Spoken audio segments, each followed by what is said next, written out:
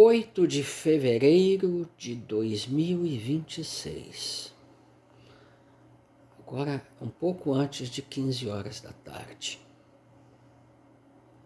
Eu quero fazer um registro hoje, nessa data, especialmente para 3 pessoas pelas quais eu tenho grande consideração.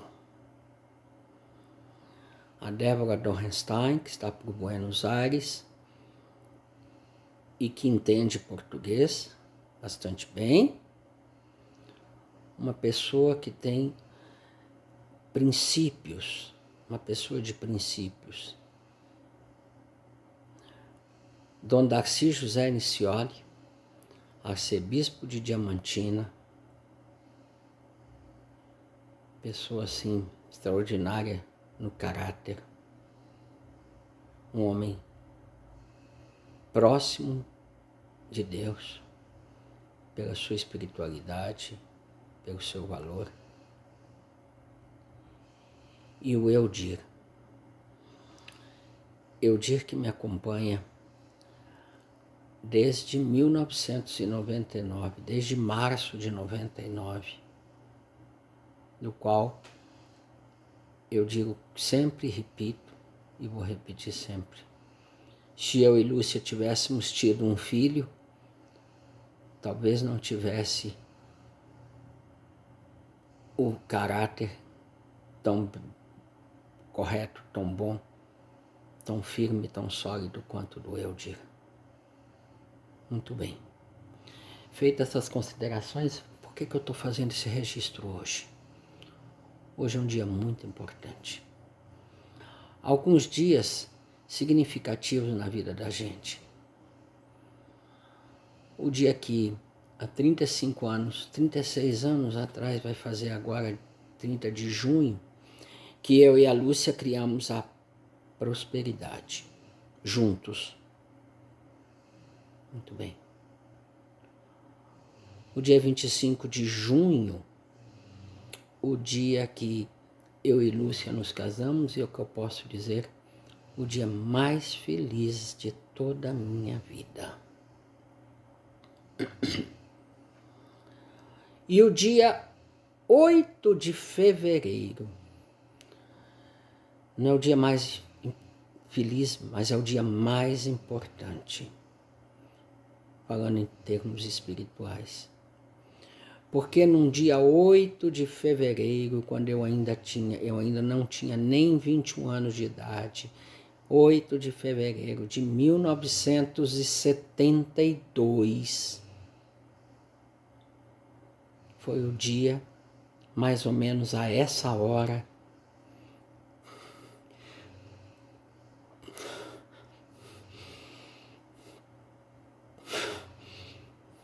que eu conheci a Lúcia.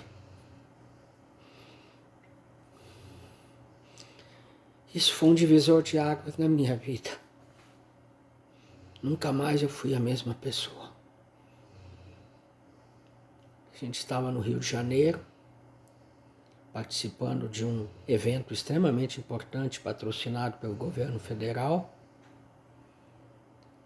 que eram estudos do desenvolvimento brasileiro, em 1972, em plena ditadura.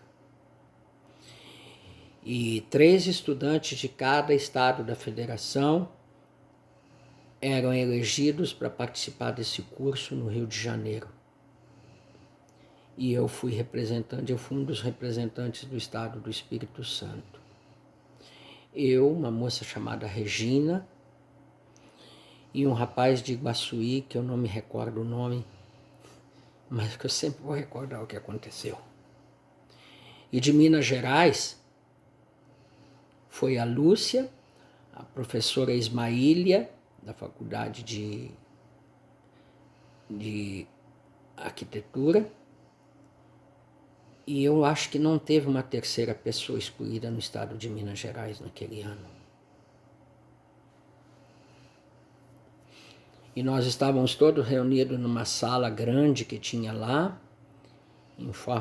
estávamos todos sentados em forma de U ou de L, e o curso já tinha começado. De repente abriu a porta, pediu licença para entrar. A Lúcia.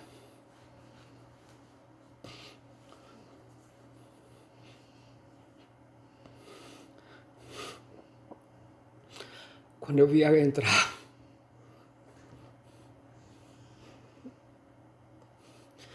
meu coração acelerou.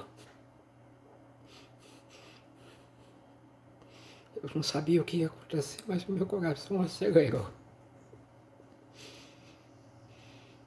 Aquela moça linda, com vestido verde, com bolinhas brancas. E durante o lanche da tarde, eu tentei me aproximar, todo gentil, todo cavalheiro, e ela não deu a mínima confiança. Mas o coração continuou batendo célere o resto da tarde, olhando para aquela moça. Não sabia o nome, não sabia de onde tinha vindo, não sabia nada. Chegou de noite, eu inventei uma brincadeira com esse amigo de Iguaçuí, posso chamá-lo de amigo, não me recordo o nome, mas me recordo da pessoa. Eu disse, eu gostaria de me aproximar daquela moça ali, mas eu não sei. Eu, como rapaz jovem, eu tinha um código de ética.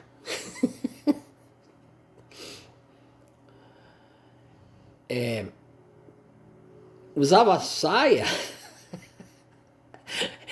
era peixe que caía na rede, tudo bem. Mas eu tinha um código de ética. Eu não gostava de me aproximar de mulher comprometida. Fosse viúva, fosse solteira, fosse sozinha, estava tudo bem. Mas se fosse casado ou comprometida, não. E aí eu tinha que descobrir, aquela moça me chamava a atenção, e eu combinei com o rapaz, esse rapaz de Iguaçuí, lá no estado do Espírito Santo, eu combinei com ele que eu falei que eu sabia ler a mão das pessoas, eu sabia ler a mão. E eu falei, eu vou chegar nela, quer ver? Você vai me ajudar. Me fala alguma coisa de você. Ele falou, eu sou casado, tenho 2 filhos. Ah, que legal, ótimo. Então eu vou espalhar a notícia aí. Nessa época a gente não tinha muito hábito de ver televisão, em 1972. Estavam todos reunidos lá do lado de fora, lá conversando. Era de noite, nessa quinta-feira, 8 de fevereiro. E aí eu falei pro pessoal, eu tenho uma capacidade de ler a mão das pessoas, eu sei ler a mão das pessoas. Então lê a minha. Sempre aparece gente falando isso.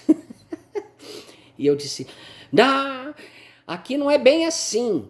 É algo superior a mim que me indica a mão de quem que eu devo ler. Deixa eu ver, eu olhei pro pessoal todo assim, coisa e tal, e todo mundo queria que eu lesse a mão. E eu falei pro rapaz, esse moço de Iguaçuí, não. Aqui primeiro estão me falando para ler a mão desse cidadão aqui. Aí ele me deu a mão para mim ler a mão dele. Eu falei, e você isso, você aquilo, e você é casado, e mais, você tem 2 filhos, eu tenho certeza. Ele falou, mas é verdade mesmo, eu sou casado e tenho 2 filhos. E todo mundo ficou impressionado com aquilo, todo mundo então ficou entusiasmado. Quem ainda não estava entusiasmado para me ler a mão, queria que eu lesse. E eu disse, não é bem assim que as coisas funcionam. Isso não sou eu que elejo. Aí... O Eudir conhece essa história, mas Dom Darcy e a Débora não.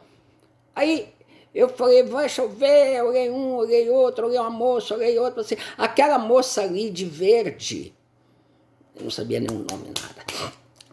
Assim, ó, você aceita que eu leia sua mão? Aí ela aceitou, coisa e tal, me deu a mão. Aí eu comecei a elogiar, peguei naquela mão pela primeira vez. Ai, meu Deus do céu, arrepiei. Ela não sabia de nada. E aí eu falei, vou ler sua mão. Aí eu fiz um monte de elogios que todo homem faz para a moça, coisa e tal. Mas você tem um defeito. Qual?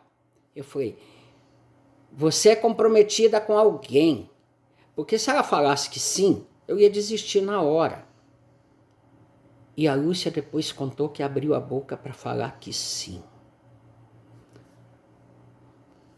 mas morreu na boca. Quando ela ia falar sim, ela falou não. E isso fez toda a diferença. Daí para frente eu falei, porteira aberta. Aqui eu posso. Aí passou a sexta-feira, passou o dia de sábado, no sábado de tarde que acabava o curso ia acabar no domingo, mas no sábado de noite a gente estava livre. Aí nós juntamos aquela rapaziada toda, aquela moçada, aí nós contratamos um táxi ou dois, não sei, carro de aplicativo. A gente estava em São Conrado, lá no alto de São Conrado, onde o Papa João Paulo II, ou Papa Francisco, não sei, ficaram hospedados. A seleção brasileira também ficava lá depois disso. E aí nós todos descemos, cada um com a sua namoradinha, cada moça com o seu namoradinho, e nós fomos até na Barra da Tijuca. Na Barra da Tijuca, nessa época, em 1972, não tinha absolutamente nada. Aí nós chegamos lá, tinha só um barzinho na beira da praia, não tinha nada naquele lugar.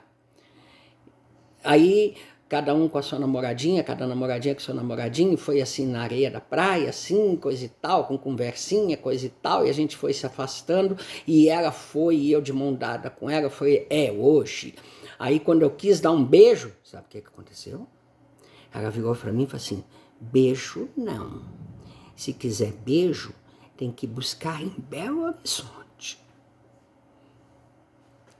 Eu não era acostumado as moças dizendo para mim não.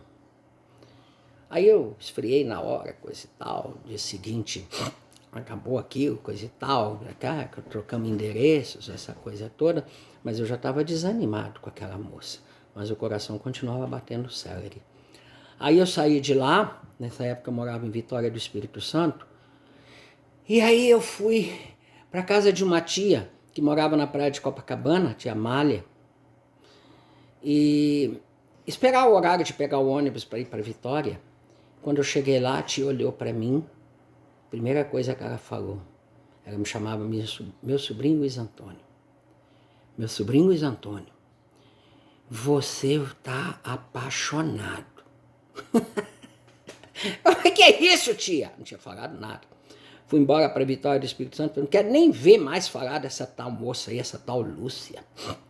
Fui embora para o Espírito Santo, cheguei em casa na segunda-feira de manhã, semana foi passando, eu tinha uma irmã que morava em Belo Horizonte, aqui no Vespasiano, e aí eu tinha um tio que estava lá em Vitória, morava em Belo Horizonte, tio Vitória, ele falou, eu vou para Belo Horizonte sábado. Eu falei, eu quero ir lá visitar minha irmã, eu vou visitar minha irmã.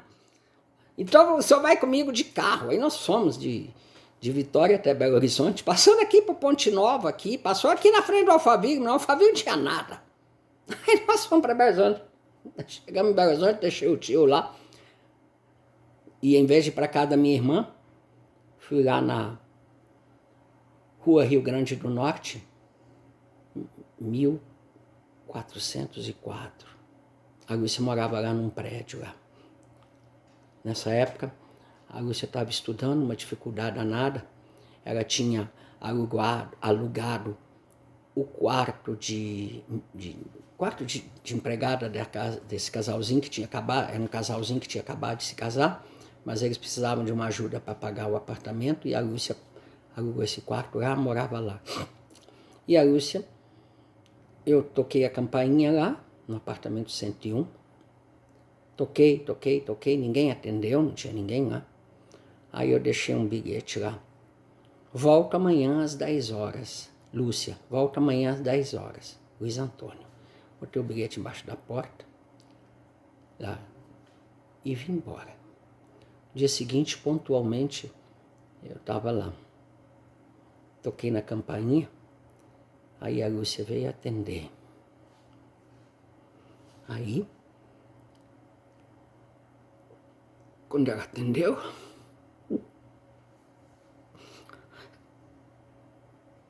ela disse, você veio buscar o beijo, não?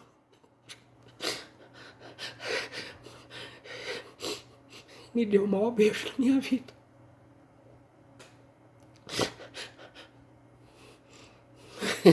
Eu que sempre beijava, fui beijado. Por isso. E aí, nós namoramos um tempo, a minha família me obrigou a acabar o namoro. Disse, como é que você vai casar com essa moça? Você não tem nem onde cair morto, você ainda está estudando. A minha família foi sempre muito contra esse namoro. Sabe por quê? Porque a Lúcia não tinha sangue de imigrante. Ela era brasileira. Disse, mas ela é descendente de espanhol, de português, tem uma parte da família dela que é descendente de espanhol e português. Ela disse, não, não serve. Espanhol e português não é imigrante. Imigrante é italiano, europeu, sei lá, ucraniano, polonês, alemão, russo.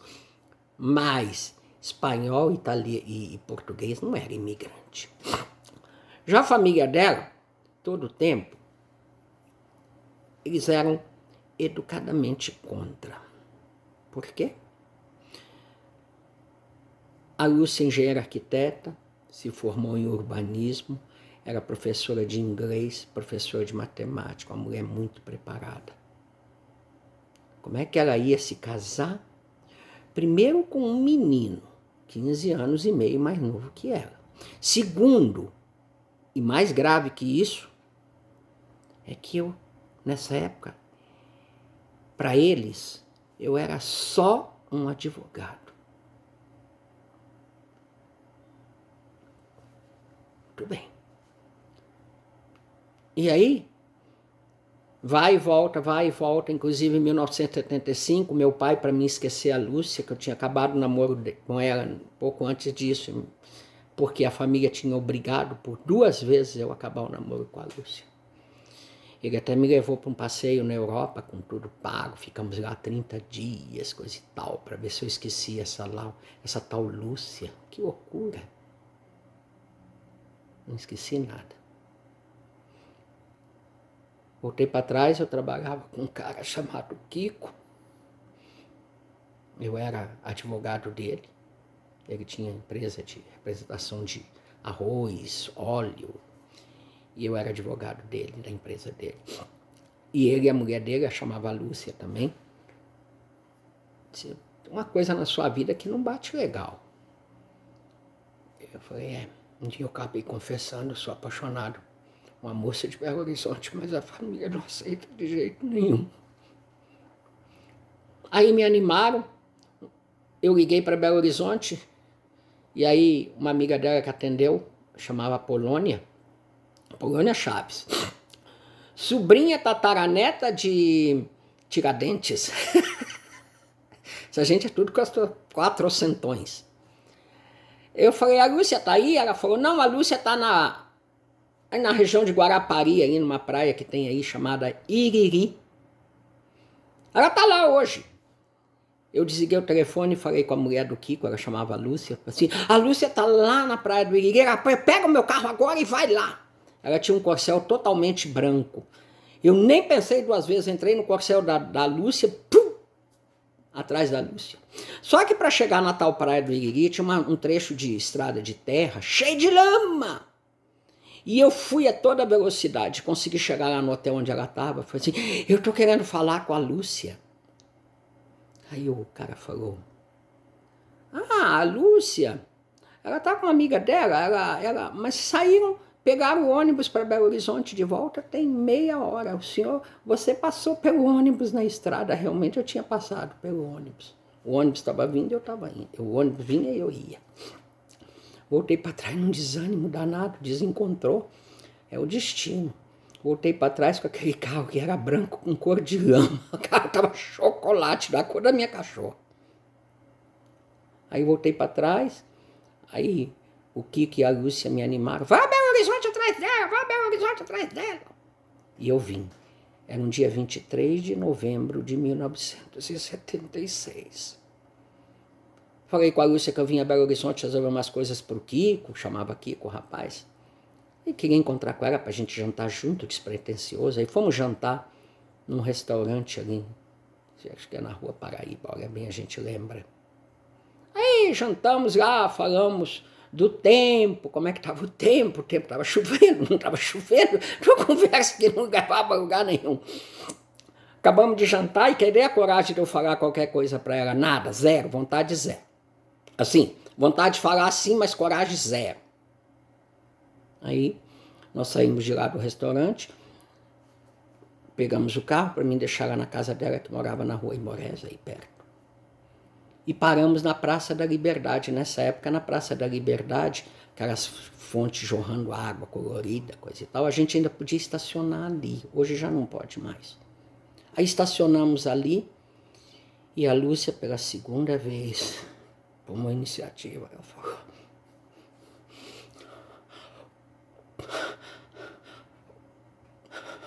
o que você veio fazer aqui?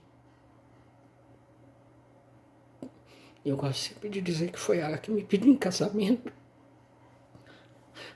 No dia 25 de junho do ano seguinte, de 1977, foi o dia mais feliz da minha vida.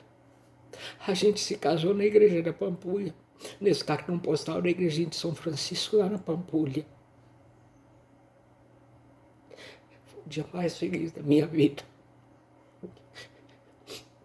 E agora, já vão 47 anos e meio que a gente se encontra casado. E nos últimos quase 7 anos, desde quando a Lúcia teve AVC, eu gosto sempre de dizer que a Lúcia teve AVC de forma ativa e eu fui de forma passiva, porque a nossa vida desde então foi um caos em tudo que se pode pensar. Desculpa a emoção. E hoje, fazendo 54 anos que a gente se conheceu. E quero deixar um registro.